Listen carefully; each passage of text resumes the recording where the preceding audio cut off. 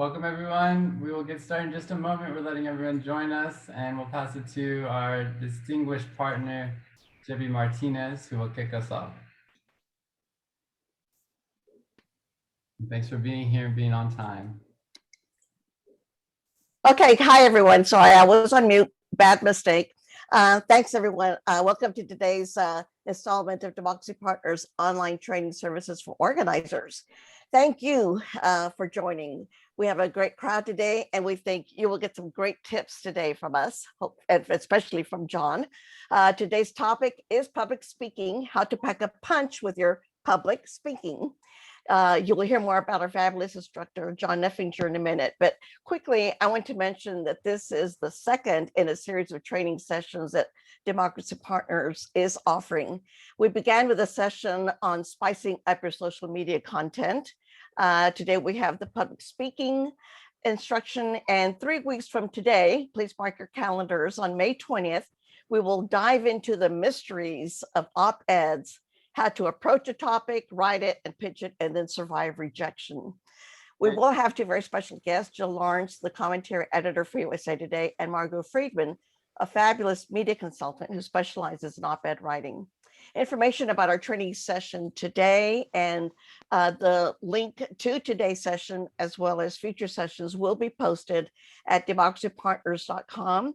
We'll send around the link to those who registered when it's ready. And now I'll turn it over to our partner, Nas. Nas? Thank you, Jibby. It's my pleasure to introduce John Neffinger, who's going to be training us on today's topic. John coaches public speakers to survive and thrive in the spotlight, working with candidates, advocates, executives, TV personalities, TED talkers, Nobel winners, and regular folks too. John led the team coaching podium speakers at the 2016 Democratic Convention, sometimes teaches leadership communications at Georgetown and Columbia, and once served as communications director for the DNC. John's book, Compelling People, The Hidden Qualities That Make Us Influential, co-written with longtime collaborator Matt Cahoot, has been published in 11 languages he can't read. John, please take it away.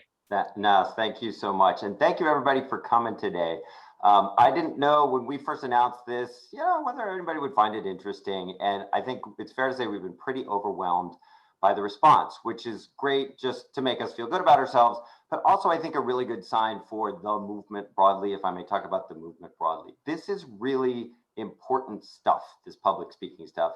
And while there's no way we're going to get through everything that I would love to impart today in an hour, what I do think we'll be able to do is to touch on some important pieces. And we're going to go a little ways in. I'm going to tell you first about some stuff that you might not have thought of so much before. Then we're going to take a break in the middle, get some questions in, and then we'll go forward and tackle some of the more nuts and bolts things that I'm sure people have questions about. Before we go too far into that, I just want to also say thank you so much to Democracy Partners for putting this on and for putting this entire training series on. If you're not familiar with Democracy Partners, the firm, I assure you that you are familiar with some of its members and affiliated sub firms, because they've been involved in basically every large progressive push and cause and movement for decades, some of them, and then others are involved in all kinds of dystopian cutting edge technology that I can't claim to totally follow, but it's impressively frightening. And so basically, if you do have anything progressive that you're trying to get done, it's worth giving them a call to see how they can help. That said, thanks everybody for coming. And I wish I could take the time to figure out why everybody is here. And thank you for those, especially for those of you who filled out the survey online, which will guide us a little bit today too. But public speaking, if I just may opine for a minute, let's start there. We all know it's really important, right? MLK, Hitler, Trump, Clinton, Reagan, all of these people do this public speaking thing especially well. And we all know that they wouldn't have been able to do the things in the world that they did if they didn't do that one thing. So public speaking is, on the one hand, this sort of grand exercise. On the other hand, it's that really annoying thing that your boss or your coworkers or whatever asks you to do once in a while, to stand up in front of the room, and it's just like an unnecessary stomachache the night before and jitters and all the rest of that. And it is this big important thing, and it is also this little thing. And there is a connection between the two. And the connection is to recognize that if we can get past some of that, "Oh, this is no fun," that we can forget MLK. Nobody's comparing anybody to MLK, but that we can begin to have greater impact in the world and get more done that we're all trying to do here. And that's really important. And so I'm really glad to see the turnout today. It's interesting, as I was thinking about what to cram into an hour, I came up with a lot of stuff. I'm going to go through a lot of stuff. It's what we call the drink from a fire hose. But that actually goes against at least a couple of the cardinal rules of public speaking that I'm here to talk about today. There was a study many years back, I think it was at University of Michigan, where they took a bunch of subject matter experts and they had them hear from one of their colleagues about some new developments in their subject matter, spoke for half an hour. And the next day they went back to everybody who's in the audience and they asked them, "Tell me something that you heard yesterday." And on average, the audience members could come up with 1 to 2 things. So 1 point something. Then they went back a week later, asked the same question. And that had decayed to about, 0.8. A good chunk of people couldn't come up with anything specific at all. And you could imagine a month and whatever out there. Why do I mention this? Because as important as this is, it's also, in many cases, arguably kind of, idiotic as a way to get information from one place to another, right? I could have sent you the PowerPoint. I could have sent you an email. You know what actually I could have done is I could have recorded this thing that I'm doing right now like 5 times. And I'm sure by the 5th time it would have been better than what it is that you're about to see. But why didn't I do that? Well, it's not just because I'm lazy. It's because if I did that, you would know when you were watching it comfortably in bed with popcorn and whatever, and that's great.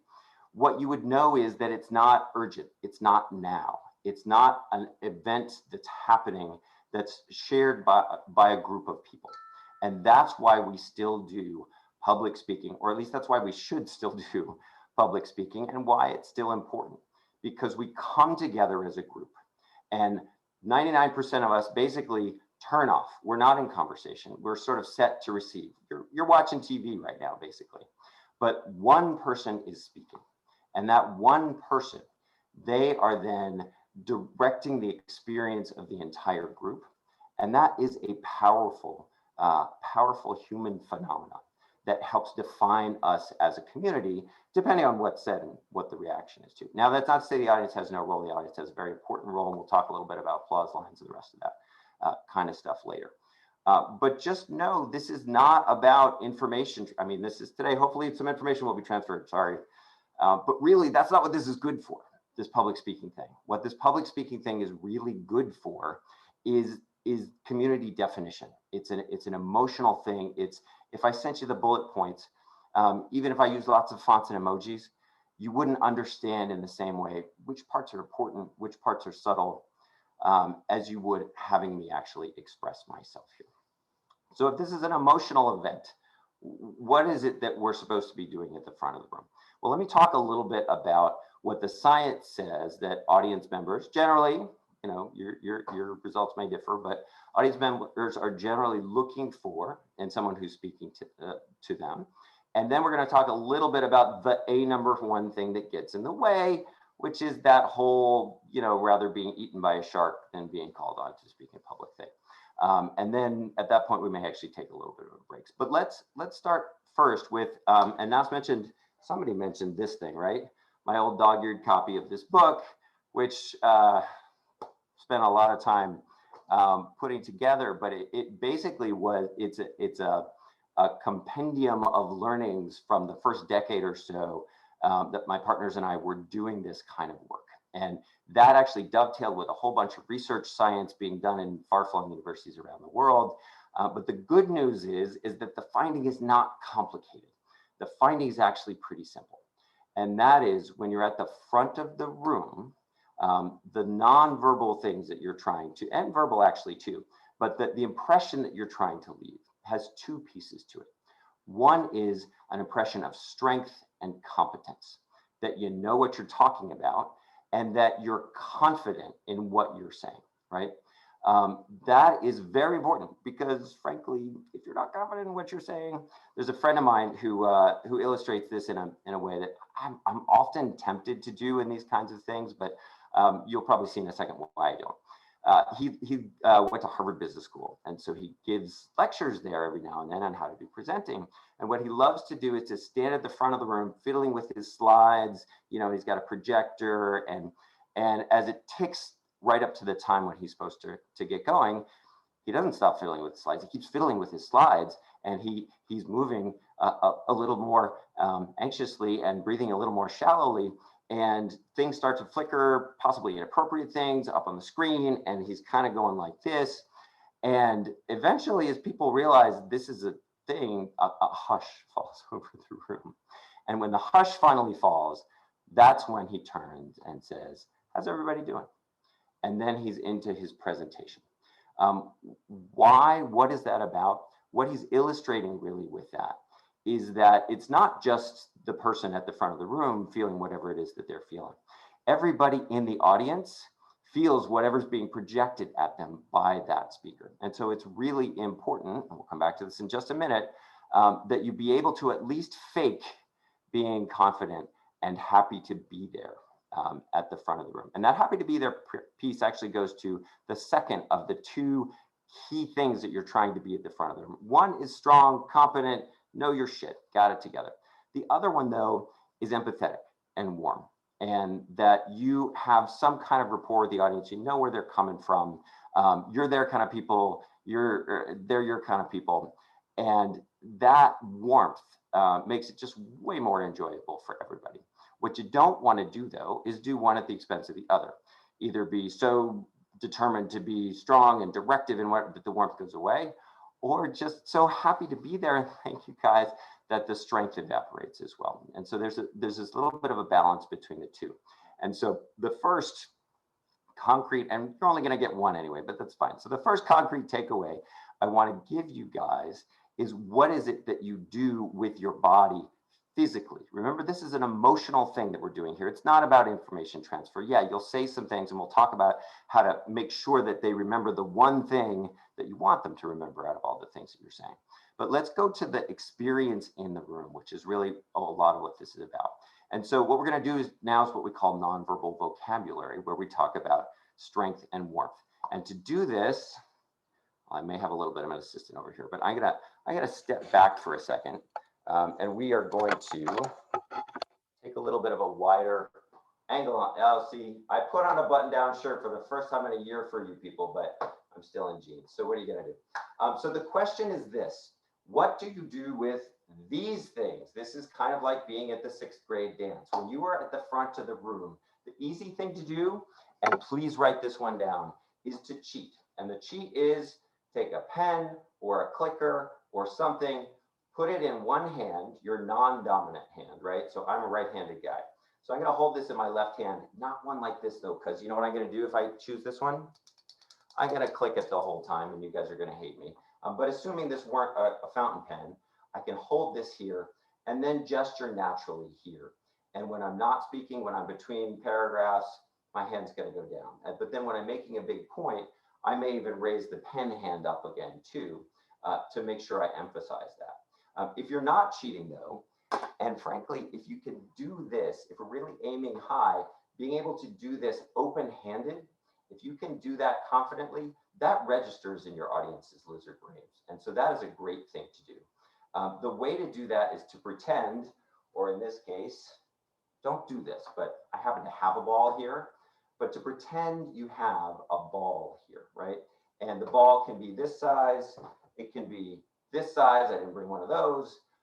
It can be up here, it can be down here, but this is the answer to the question, what do you do with your hands when you're speaking? What are the other answers? Why is this such an important piece of just small practice when you're doing public speaking? Well, because the alternatives are the, Mitt Romney C-3PO, just gesture here and then go down to here. The penalty kick, the kind of guess which hands, the pocket pool, this thing, which is actually putting a physical barrier between you and your audience. All bad things, this much better. Now, one thing that needs to be addressed right here, when you're doing a single-handed gesture, there is this thing that was invented a long time ago, and it wasn't Bill Clinton's fault, although he spread it all around, which is, can you see this? This thing, this thumb point thing, where it's not a fist that you would hurt anybody else with. In fact, you'd probably hurt yourself if you tried to punch somebody like this. But it's that there, and there's this, I'm gonna just gesture like this, and basically, this is an unnatural act, a really unnatural act. This says, I am a Democratic political hack. I watched too much West Wing or Bill Clinton or something. And what we want you to do instead is open your hands, right? It's true, pointing is bad. So you do want to pull that one in, or you don't want that one pointing out, but instead of pulling it in, release the others, and then here you are here. So here, here. Now, if you want to go stronger, did I say something about strength and warmth and balancing a minute ago? I think so. Warmer is like this. I'm offering you a gift, maybe a hug. Stronger is going to be like this. Now, I am not doing this at you, but I'm doing this at you. And I am shaking 5-year-olds in the house, so no shortage of these things. Maybe a slightly smaller thing now that I'm shaking at you, right? And this is going to make the point, right? Warm, stronger. I really mean this one, okay? You listening to me here? Good. Got it. The ball that I started with, you might notice, is not here and not here. It's a balance between the two. And so starting with this, and frankly, a lot of people now backstage at things like conventions, you'll see them doing gestures like this. Why? Because if you put this in your short-term muscle memory before you go out in front of a crowd, this is where your hands naturally go. So you don't have to be thinking about, where's my hand, while you're trying to think about what it is you're talking about. So this balance of strength and warmth. The gestures are a really important piece. The other piece, though, I mean, it's just a thing, is posture. And yeah, it actually does surprise us, I guess. Maybe it doesn't surprise me anymore. But over the course of the last 15 years, the amount of time I've spent telling people is, I think some guy wrote a book about this, right? Once, Bob Creamer, something about standing up straight. And when you stand up straight and smile, that's the basic balance between strength and warmth. So getting your posture just so, and then coming at people like this, good thing to do. Now, does that mean you have to turn yourself into like Troy McClure and do exactly the right dance moves to be able to speak convincingly in public? Absolutely not. If you are confident and you are warm and you are comfortable in your body and you can let that show, then you're going to be great. You're going to be great. That's what people want. What people want is actually authenticity, who you are. But, you know, if there are some nerves, or if when you watch yourself back, which unfortunately you need to do if you're going to do this well over the long term, if you watch some video of yourself and you see you have weird tics or whatever, or you just want to be able to know where to go with these things to hide some nerves, this is a nice basic set of gestures that can get you through a little bit. So this probably wasn't on the tip of people's brains when they're thinking about, okay, what do I need to know to do public speaking? But if you could come out and do some of this stuff, you're going to look fantastic. We'll get to content. Don't worry, we're getting there. We're getting there to fielding questions and slides and a number of other things too.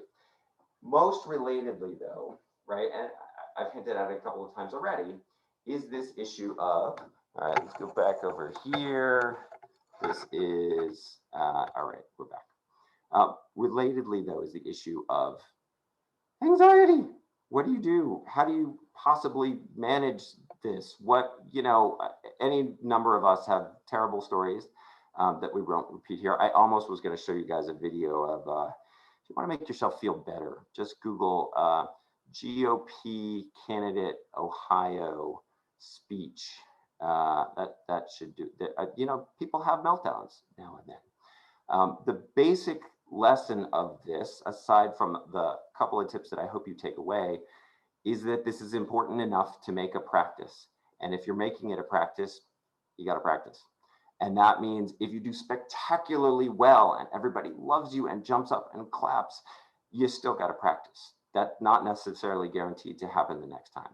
Or If you flame out and you make a terrible, hopefully no one had a camera going, but it wasn't your best, let's just say, you still got to pick yourself up and practice. But to do that, your number one foe is going to be the issue of anxiety. So let's talk about this for a minute. How do you, and I'm not going to say vanquish anxiety. I'm not going to say banish public speaking anxiety. It's a very natural response to what I said, I think it was in the description, right, is an unnatural act. Now, why would I say it's an unnatural act, right? You're speaking to people, they're your colleagues, it's your native tongue. Why shouldn't this be easy? Like, we don't know how to talk to people, right?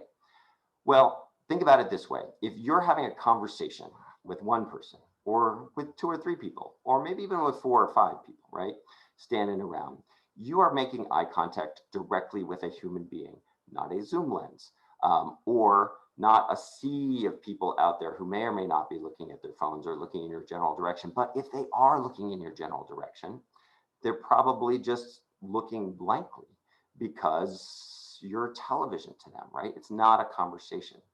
That's not what we're used to. We're used to that 1 to 3 to 5 people, where when you're talking to somebody, you're making that eye contact and they are participating actively in the conversation. They're nodding, they're going, or, you know, maybe giving you some other feedback too that says, well, I'm not so sure about that. We need to go back again. But it's a two-way interaction.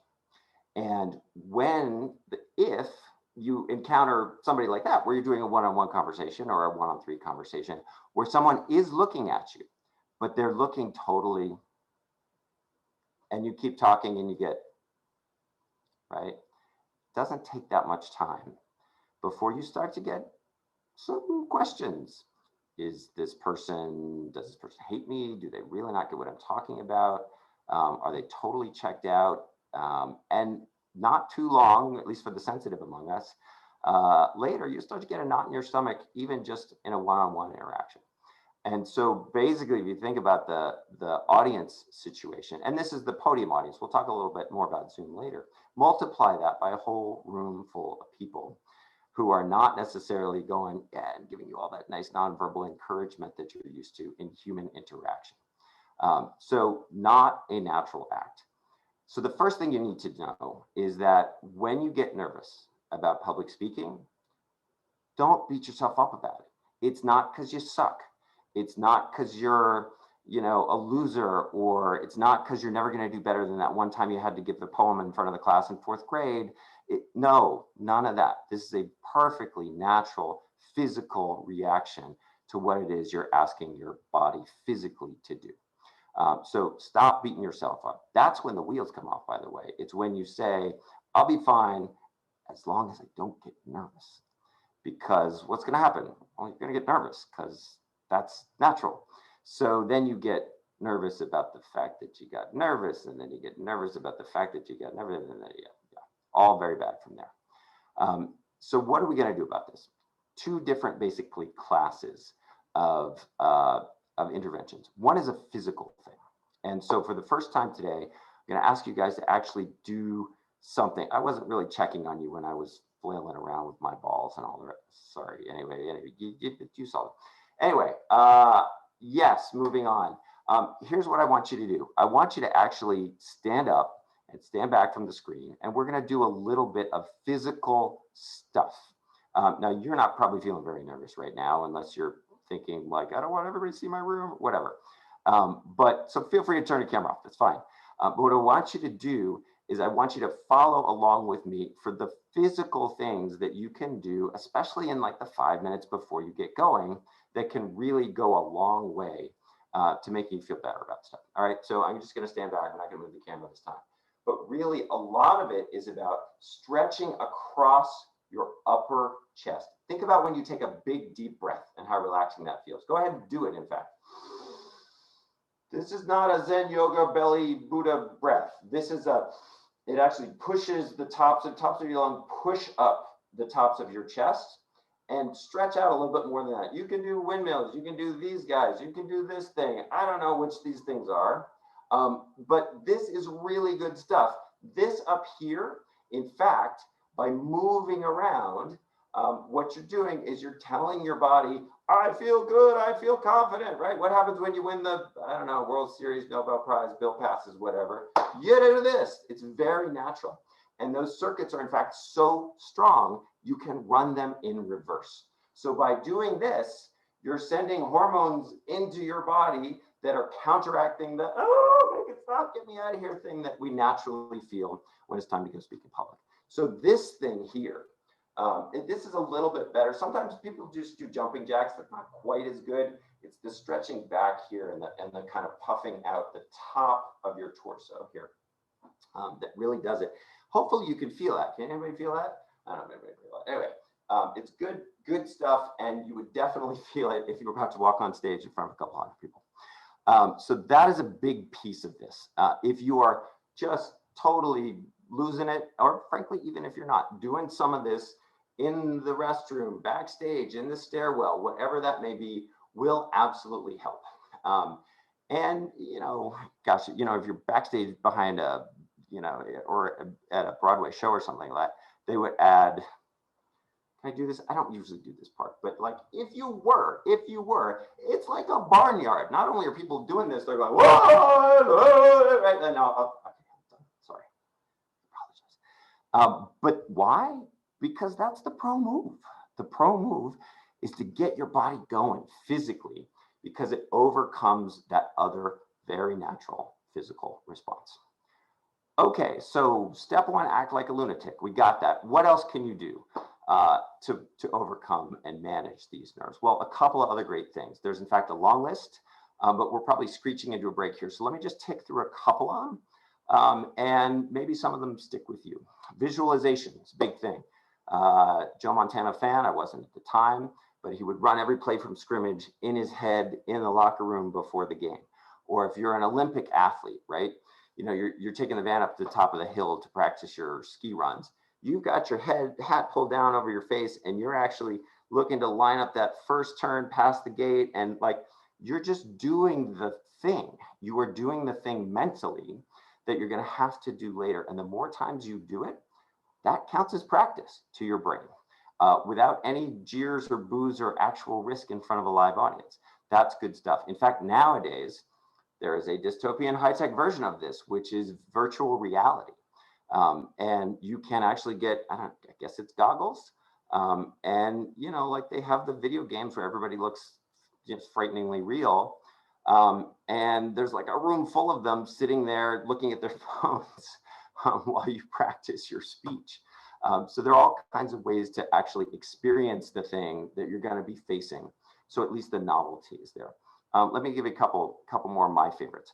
One is called Find the Friendlies.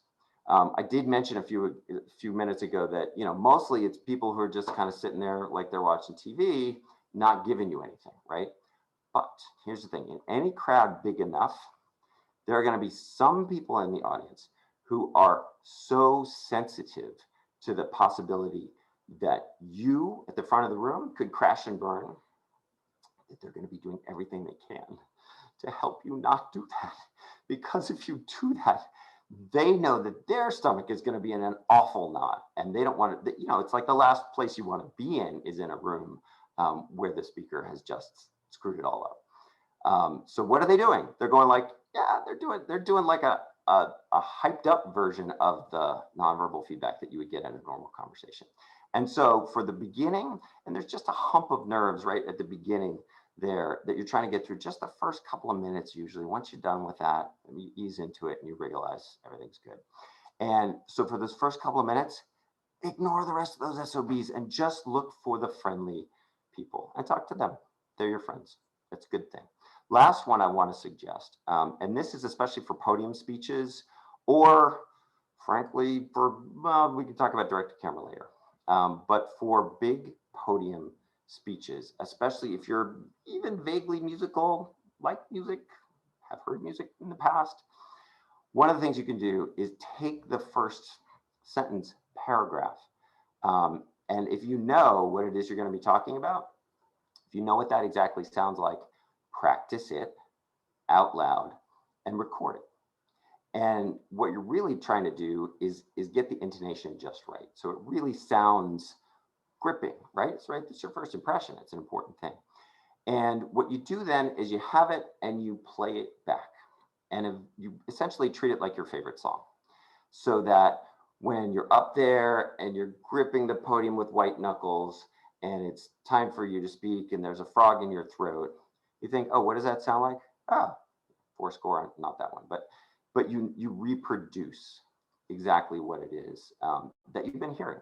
And so what that does is it gets you going, gets you through the worst moment of the nerves of the whole thing, and gets you off and running. So that's another trick that I really like to use, especially with big, high stakes, scary stuff. And look, there's big, high stakes, scary stuff like the Democratic Convention on live TV in prime time.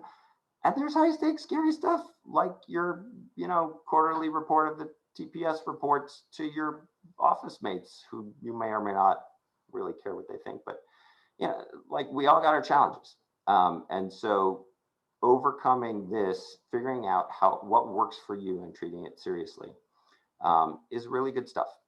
I would just pause to say there are a lot of other ways to try and slay the anxiety dragon. A bunch of them are in the book that I waved around before that was mentioned, but also just reach out because we've got a whole bunch of resources, and I think we may be able to send those resources around to anybody who's good enough to sign up for this thing as well. And it's not that one thing works for everybody. It's more like a menu. You see what works for you. But if you can manage the anxiety, and again, never expect to get rid of it, because the first time you think it's totally gone, then it will surprise you when it comes back. And that's not good. That is not a fun surprise. But if you can manage that anxiety, what it does is it opens up this wonderful skill. And you can stand up in front of people and you can talk about things that matter to you and to the world. And it's just a huge professional development piece for you personally. And for everybody on this call and the great work that we're doing, it is just a huge boon to the world. So let me pause right there. I have blessedly zero view into the chat from where I am right now. But Nas, do you want to tell me what's going on and direct me, or John, I have taken down the 3 questions. Fantastic. 3 questions. Perfect. That we started with. That's all I've seen so far. If anyone has questions, please add to the list. But we have these first 3 to start, and they have to do with their presentation on using your hands and body. The first one is, how do these suggestions change, if at all, when talking or presenting via Zoom? You need to have the camera view wide enough to capture your hands. Yes. Let's talk about Zoom for a minute here. Should I just jump in and answer this one, or should we stack them up first? No, go ahead with that one. All right, let's talk Zoom for a minute here. So Zoom is exhausting. Talk about unnatural acts. There's very solid research now, not like we needed it really after a year of this, but talking about why it is that Zoom is so exhausting. Because essentially, remember how I was talking before, when you're far away in the audience, everybody gets to like zone out. And even if you're not looking at your phone, you can kind of like and sit back like you're watching TV. Not so on Zoom. If you're on Zoom with your team, then unlike if you were in the room together and somebody was talking, you could look at your notes, you could look around, and that would be totally excusable. You wouldn't look at all odd doing that. But when you're on Zoom, if you look over here or here, suddenly you're like not part of the team anymore. And the expectation is that you're going to look into that lens for that hour. And it's just too much. I feel like if you have a one-on-one conversation with an old friend, I guarantee you do not look into their eyes solidly for the whole hour. It's just not how human beings act. And it takes a lot of energy. So anyway, that's my gripe about Zoom. But let's talk about what it is that you can do to make this a little bit more hospitable for folks. One thing that I would strongly consider, you see, I got some, okay, actually, let me just give you this list, and we can email this to you later, but if you want to just jot this thing down. 4 things to think about. Number 1, most important thing on Zoom, especially if you are the one talking, right? I at least will forgive you lots of things if you're not the one talking. I will believe you that you're listening. But if you are the one talking, there is one place that you should be looking. Only one place. And it's not there, and it's not here, and it's not here, and it's not at the list of the things, and that it's here, right? And our expectation from TV, frankly, is that looking into the lens, that's where the emotional connection comes from. And you'll see this on TV too, right? There'll be people who come on TV as guests, and then they'll kind of go like this, or they'll go like this, and it just ruins the whole effect. So what you need to do that is to set yourself up to succeed. Don't just force yourself to look at the lens. Make sure that by and large, the most interesting thing that's going to be happening in your field of view is right there. And if you need to put a big yellow circle around your lens, okay, fine. But if you're, here's some other suggestions. If you're talking to one person on Zoom, or if you have it on speaker view, so whoever is talking, that's the person you're looking to, try and set either your screen up so that that one person who's talking is right at the top next to the camera, or get yourself an external camera and set it up such that that's the direction that you're going to be looking in. So that the camera, even if that person is behind the camera, where the camera is set up. So for instance, I wish I could show you what is there, you know what, maybe I'll do this before the hour is out. I'll try and grab a mirror somewhere and show you my crazy setup. So number one, looking at the damn camera. 2 is lighting. And the good news on lighting is there's actually a really straightforward way to do this with things that you probably have in your house. The key thing on lighting is that the main light, you don't want it directly in front of you. And this is a big thing for me because I got the glasses, right? And you can see the reflection of the computer screen a little bit sometimes too, which is not ideal. But I'm really just blind at this point without them. So that's what it is to have the light not just in front of you over your screen, but slightly off to the side over your screen. So it's coming in. So one side is slightly more lit up than the other, but it's enough to get a little bit of light on both sides. And for whatever reason, that looks fantastic. Even so much so that if you get a really strong light, you can have things like, sorry, I'm gesturing the wrong shoulder, the windows in the background, which otherwise would have me totally backlit. But it's a strong enough light coming this way. So lighting, and again, think about it as 1 o'clock or 11 o'clock over your screen. That's the basic thing. And if you want more detail, Google Tom Ford New York Times lighting. And it's just like a life hack. It's pretty straightforward, and it really does work as well as any professional lighting setup I've seen. 3 is distractions. So I wanted it to look nice for you all. And there was a sacrifice there, by the way. Oftentimes I will do Zoom calls with a team, and I will have a big bit of, the giant Post-its, right? And so I can do what they used to call whiteboarding. I don't know why they call it whiteboarding, but it's basically what happened in school for the years when we were kids. Is, there's a board, and you want to illustrate things, you write them up on the board rather than using slides, which we'll come to. But I can't do that here because I went with the nice stuff. But what I didn't do is put up my wife's book promotional poster in the background because that's too distracting. And by the way, it wouldn't be good to have a big thing that says lie over my head while I'm trying to teach you stuff, or include the dog in the shot or whatever, right? Like, so there's pleasant, and then there's too pleasant and distracting. So avoid that. And then the last of now that I've knocked my entire setup gone, I'm still here. The last one is I like to have a little bit of depth. Now, the question about what you do with your hands in the Zoom, you can see this. If I'm doing the hands here, and I'm doing a little bit just because I was talking about it before, if you remember, if you're old enough to remember this thing, you can Google it too. Crazy Eddie, the prices are insane, right? If your hands are up here in the Zoom screen, it's super intense, and it's really generally too much. And so I'm probably modeling terrible behavior for you. What if I were doing this a little bit differently? Another option that I could do, though, is to come here. And now you get to see, the whole thing. But now I can sit up here and I can gesture here and use my hands very naturally. And for the most part, you want to do seated Zooms. Probably the standing up is a thing, just because I'm talking about public speaking. I want it to be able to be a little bit more high energy. But from here, I can definitely use my hands very naturally. Or if I had a desk, if I was at a desk, a little bit down here is good. And you can have the camera wide enough angle so that you're shot from here to here, basically. Is that pretty good? So that's some general how to set up your Zoom. and specifically how to use your hands and how not to use your hands in the Zoom screen is a little bit too much. So pardon me if I've gone slightly overboard there. No, that's okay. You just reminded me, I used my hands when I was introducing you. So I want to stack these next two questions. Are Wait, there? you guys want to see part of my camera setup? It was hard to do a minute ago, but it literally just fell apart. So there you go.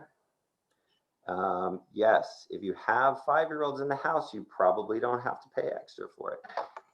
But that and a little bit of duct tape, if you're not moving it around, will do just fine. Okay, yes, next question.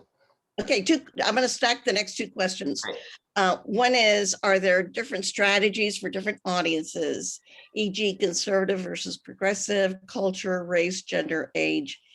And then the second question is, what if you have to hold a mic? Yeah. Okay. So the first one gets a little bit more into the content thing, which obviously we could talk about for many, many days at a time. And I've done that in the past and I enjoy it greatly. And we don't get to do it today. And that's very frustrating. But yes, whatever your audience is, wherever your audience is coming from. And this goes back to the original idea of strength and warmth. If what warmth looks like to one audience is going to look very different to an audience who's in a different place or coming from a different political persuasion. And so it is incumbent on you, the speaker, if you want to be listened to, regarded as credible, and connect with folks, you have to demonstrate to them that you are worth listening to. And part of that is to meet whatever your audience's definition is of getting it. I get it. Oh, that person talking to me, they get it. They know what my priorities are, where I'm coming from, they're coming from too. Or maybe they're a little different, but they get where I'm coming from at least, right?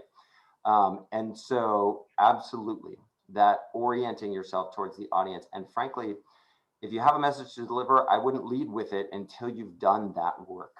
In other places, we call this getting in the circle, right? But what we mean by that is, think of a Venn diagram of from your audience's point of view. They see the world as, there's my kind of people and there's the other kind of people, right? There's us and them, and there are different us's and them's. But basically, for whatever topic it is you're talking about, you want to show that you are coming from a similar place to them. Now, if politically you're actually coming from a very different place, then it's up to you to define the area of common ground and to say, hopefully something more specific than like, we all just want to get along. But you'll see this in good, in messaging that tests well and it's been crafted and whatever, like, we all just want to work hard. And, I'm thinking of the race class narrative because it's all in the news these days, right? But the official crafted version of it that Anat put together after the research project that Heather and Ian Haney-Lopez sent her off to do, right? Look at the first sentence of that. No matter where you're from, no matter what color your skin is, most of us just want to work hard and provide for our families, or words to that effect, right? And that's for audiences where you might not be able to get more specific than that with your common ground. But whoever it is, you gotta start there, absolutely. If you're just doing the same thing, regardless of the audience, it's got to be a really good message. But yeah, you absolutely want to tune in. Was that the question, GB? Yeah, that's great. That's great. Good. Okay. So there was that was stacked with. Was there another one? Did I miss the other one? No. I was going to say there were lots of questions. There are lots of technical questions about mics, teleprompters, etc. However, I want to just do a time check and see if you want to go ahead and finish your presentation, and then we can get to the rest of the questions. And maybe if we won't, you have lots of questions now, so you may want to answer them separately after the presentation. We can just, when we could answer the questions when we send out the link. Absolutely. So this is in some ways a fantastic problem to have. Lots of people engaged around this, I think, very important topic, and apparently you guys too, which is fantastic. But yeah, there's no way to get to all of this stuff and do it any justice in the time that we have left. But let's try. Let's touch on a couple of things right away. So what should I tackle first?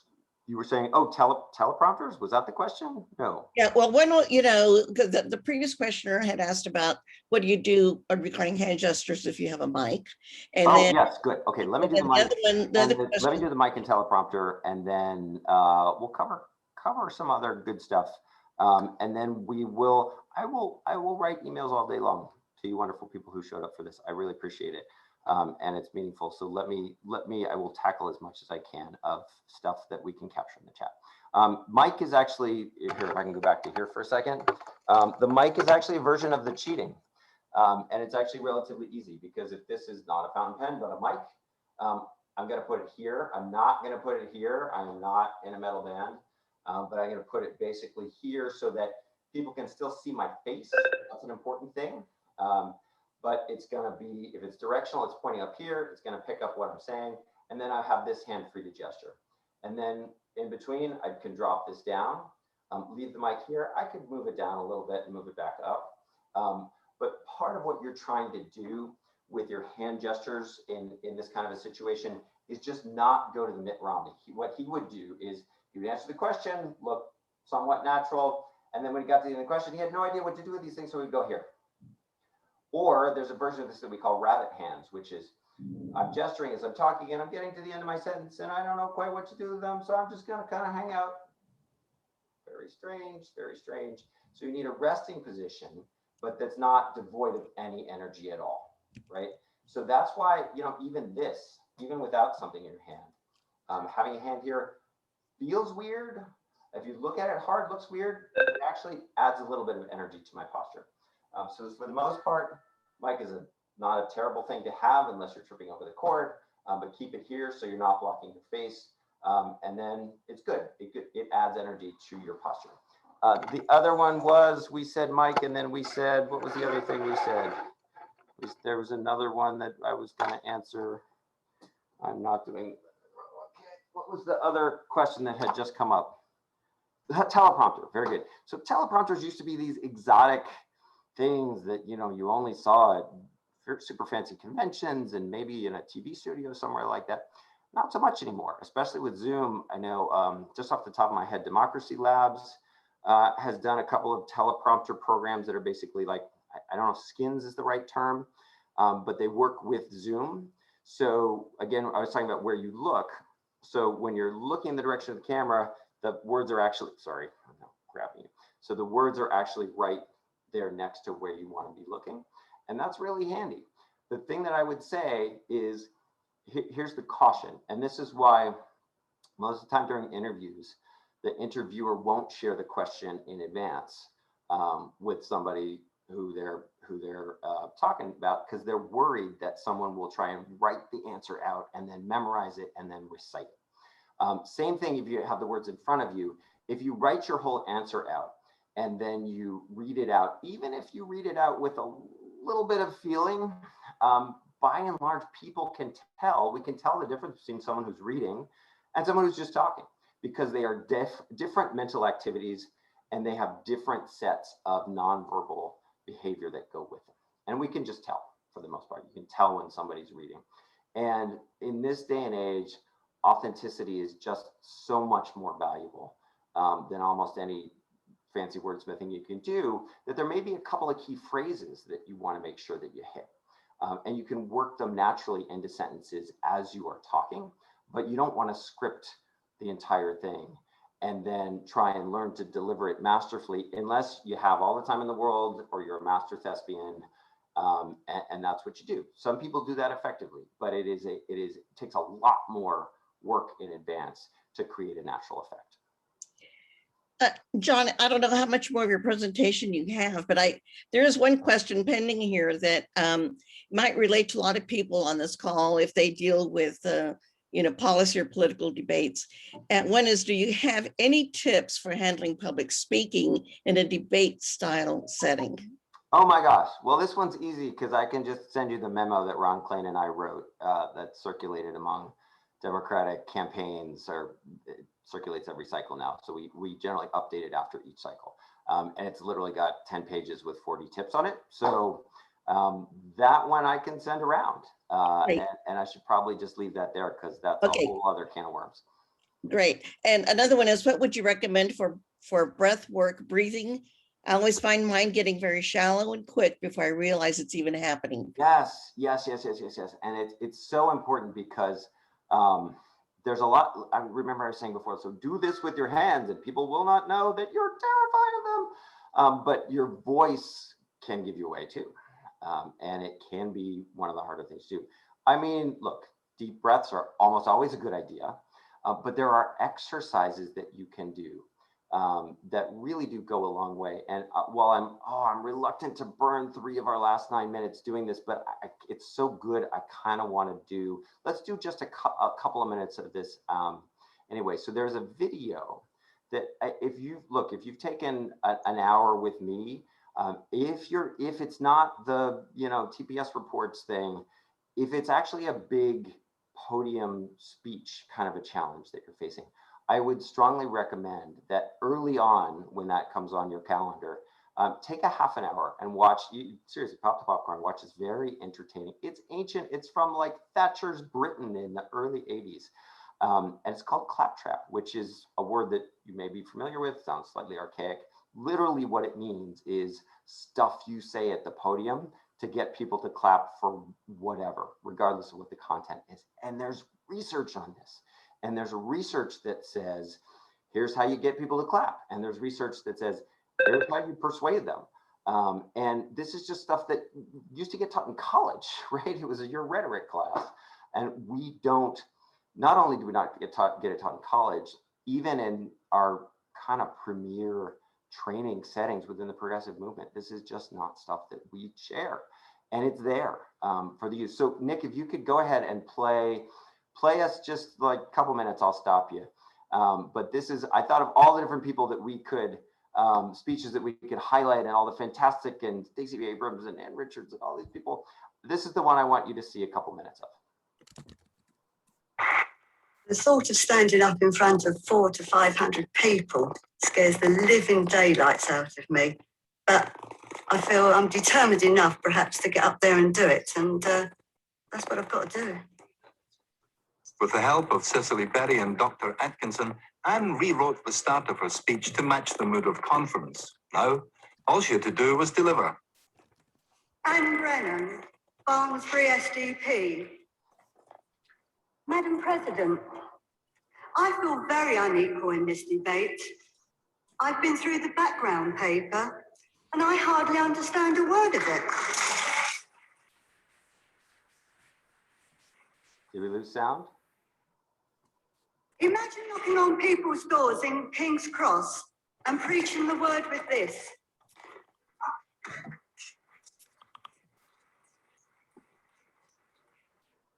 They'd end up wishing you were a Jehovah's Witness.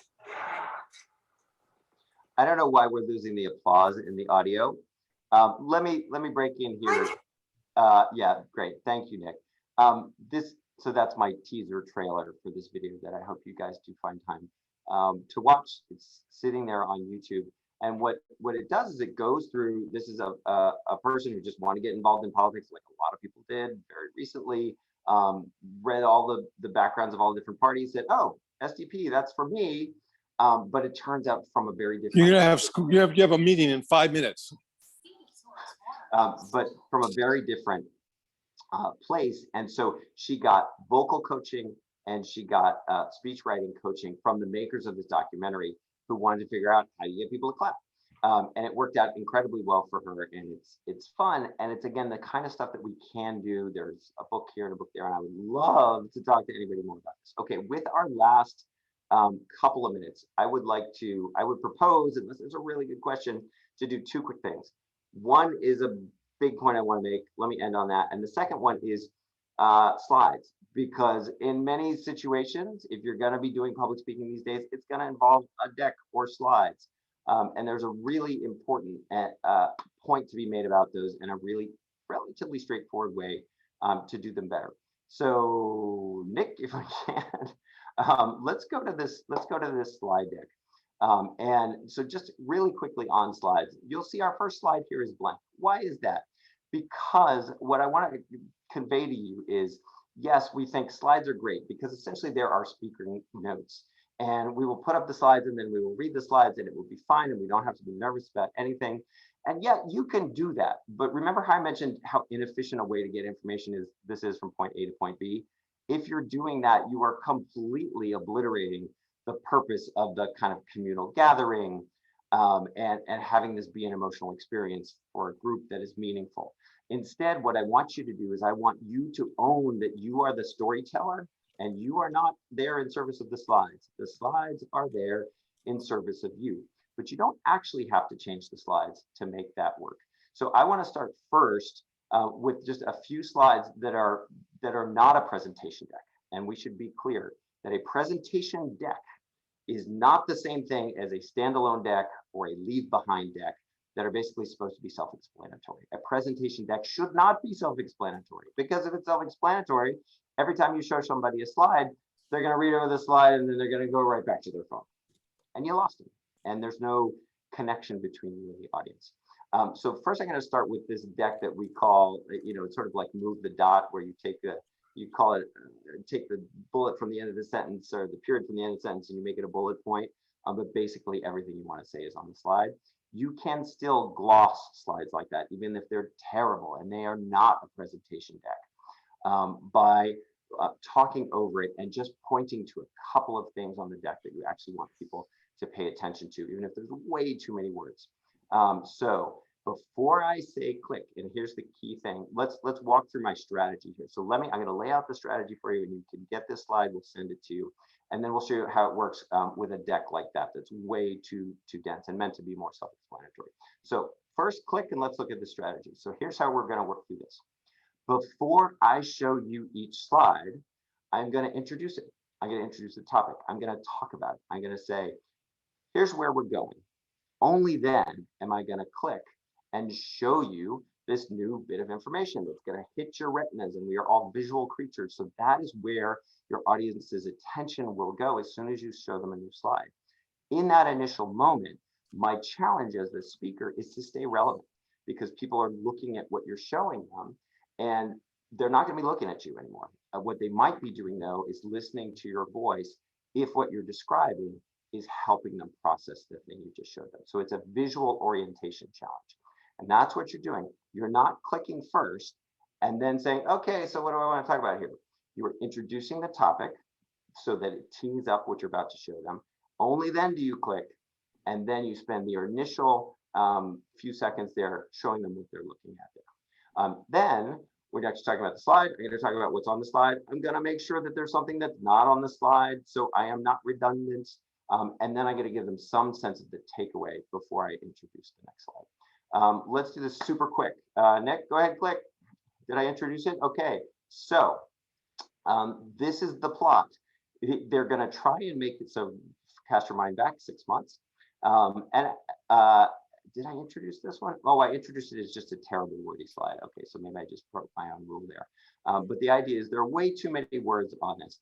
But the key piece is that the way this plot to steal the election could work is that there are a couple of phrases in the Constitution that, if misread, could be used to make a power grab seem legal.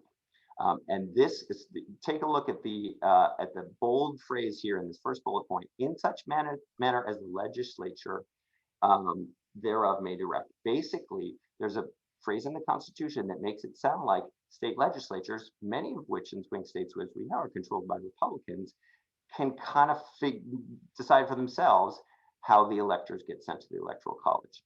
Here's the good news. That's actually not true for two reasons. Click. So there's your introduction. And now I'm going to see here, the two reasons are laid out in our 2 bullet points here. First of all, there's a Supreme Court precedent. This has already been looked at. And that's essentially the Supreme Court decided not what that phrase means. That said, it's not just about that phrase. There's also a separate part of the Constitution called the Due Process Clause, which you see in the second bullet point here. And that second part also says that it is not okay to change the rules of the game after the election started. And it's really, that's the principle. It's a very common sense thing. It's not an obscure legal point. And that's what that due process clause is there. The problem, of course, is that we know the Supreme Court doesn't always follow its own precedents and doesn't always read the Constitution the way it should be read or the way it's been read before. So that's where we come in. What can we do to keep them from steamrolling over these 2 constitutional obstacles? Click. And then I would go into the next one. Let me show you this with a different deck. Go, is there, let's see, is there one thing between, yes, no, okay, so go back up. This is why it's nice to put blank slides in your deck, because it gives you a moment to talk with where nobody's going to be looking at that blank slide. They're going to be looking at you. And so punctuating your slides that way is a very valuable thing to do. Let me leave it there. I would love to run you through the next one, but I want to be respectful of our time, and I know we're a minute over. The last thing I want to say, and will put as much of this as I possibly can in dittos and email answers and whatever. But when you're thinking about what it is that you're going to say when you're called on to speak in front of the audience, there are two big categories. One is if you have something to say. If you have something to say, know what that is. And if it's the quarterly TPS reports, figure out what anybody needs to remember about the quarterly TPS reports, or what you want them to walk away thinking that they didn't think before. But there's another category of stuff there too. And it's not always that you have something that you need to say that nobody else has heard before, but you as the speaker at the front of the room, you are giving voice to this community that's created by you addressing this crowd. And so you don't have to have something new and blindingly brilliant to say. What you need to do is to be their voice, is to give voice to the collective sentiment that drew you together as a community. And that is just way undervalued in the things that we do, the way we go about our work as an act of leadership. That is an act of leadership, is just to give people voice. So people here in the audience here, yes, that's what I'm about. And that will get you lots of applause too, by the way. So thank you guys so much for your attention, for giving a damn about this, for being willing to invest hopefully many more hours after this one. I will get back to you and follow up with you in any and every way I can, but please also feel free to reach out, whatever you get and however useful it is immediately. Please reach out, whether it's to me, other challenges, Democracy Partners, more, and we will see you, some of you, hopefully, again in 3 weeks for the next one. Thanks, John. Let me toss it back over to Nas, but just to remind everyone that there were a lot of great questions in the chat room, and we'll send them to John so that he can respond to them when we send the link to this program. And now to Mr. Rashid to wrap up. Thank you. Yeah, thank you everyone so much for joining us. We want to remind you that in 3 weeks, Jibby will be providing our next training on engaging the media and placing op-eds. That's in 3 weeks. We'll be sending out an invitation on that as well. I'm sorry, I don't have it in front of me. Jibby, what's the date on that? Exactly 3 weeks, May 20th. May 20th. So it'll be Thursday, May 20th, also at 1 p.m. Eastern.